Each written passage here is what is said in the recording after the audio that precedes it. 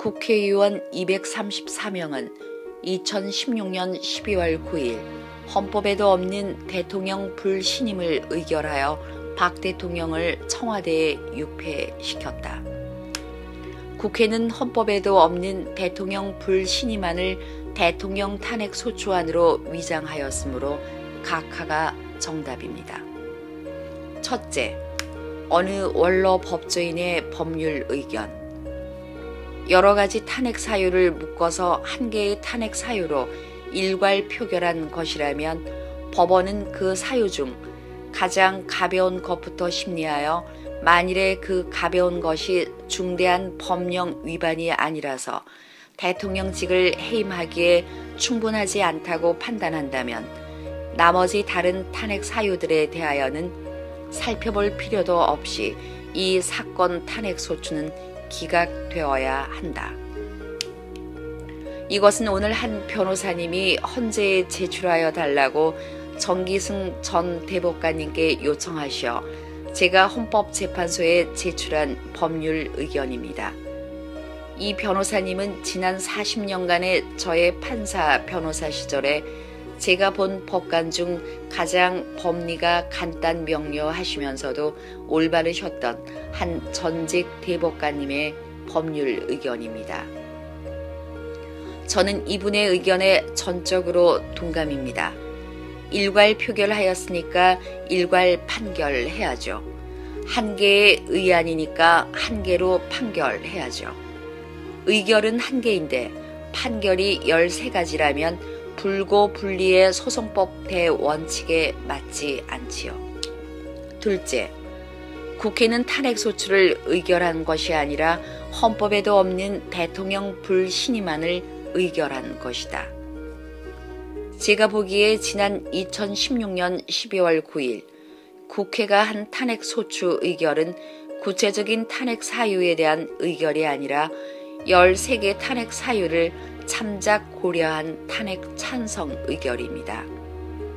이와 같이 구체적인 탄핵 사유가 없는 탄핵 소추는 헌법 제65조에서 말하는 탄핵 소추 의결이 아니라 헌법 전에는 없는 대통령 불신임 결의안입니다. 의안의 제목은 탄핵 소추안이지만 그 내용과 형식은 헌법 제65조에서 말하는 탄핵 소추 의결이 아니라 대통령에 대한 정치적 불신임안입니다.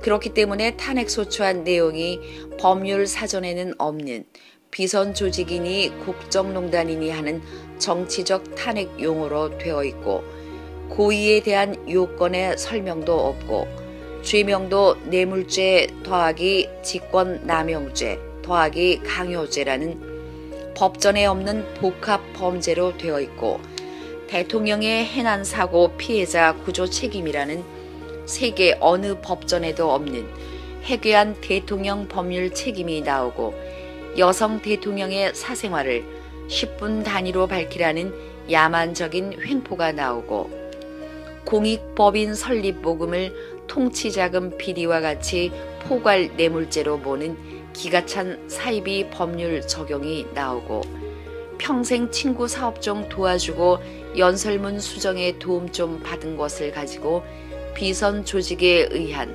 국정농단이라는 어마어마한 조선시대 사색당쟁의 탄핵 용어가 거침없이 나온 것입니다. 물론 우리나라 헌법에는 국회가 대통령을 불신임할 수 있는 권한이 없습니다.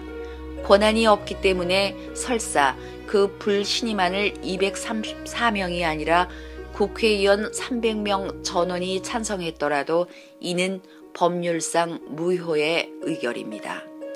셋째, 헌법재판소는 변론을 제기해서 저의 탄핵 각하 변론을 들어줄 의무가 있습니다. 그렇기 때문에 저는 이번 국회의 탄핵 소추 의결을 헌법재판소가 접수하여 심리한 그 자체가 헌법에 맞지 않다고 주장하는 것입니다. 헌법재판소가 지난 2달여간 조사한 것은 헌법 제65조의 탄핵 소추 의결을 조사한 것이 아니라 헌법에는 없는 대통령 불신임안을 조사 심리한 것입니다. 요컨대 지금까지 2달간의 헌법재판소 조사 심리는 헛발질을 한 것입니다. 국민의 세금을 낭비한 것입니다. 그런데 이러한 다툼이 헌법재판소에서는 주장할 수 없고 입증할 수 없는 막말 변론이라니 어이가 없습니다.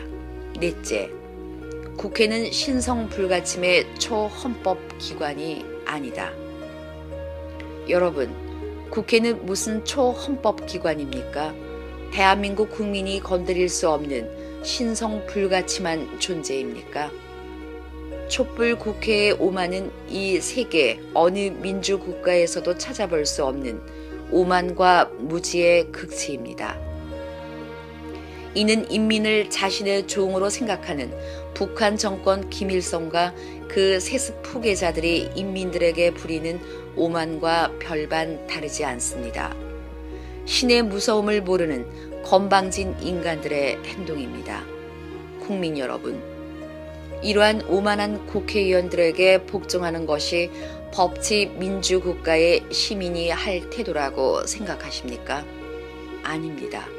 이러한 오만한 국회를 비호하고 찬양하는 언론을 쓰레기 언론이라고 질타하는 저의 외침이 막말이라고 생각하십니까? 아닙니다. 다섯째, 3월 4일 태극기 집회에서 만납시다.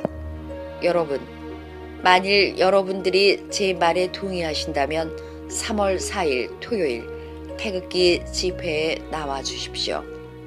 저의 솔직한 진실한 외침, 아니 호소를 들어주십시오. 감사합니다. 사랑합니다. 아, 나의 사랑하는 조국 대한민국 영원하리라.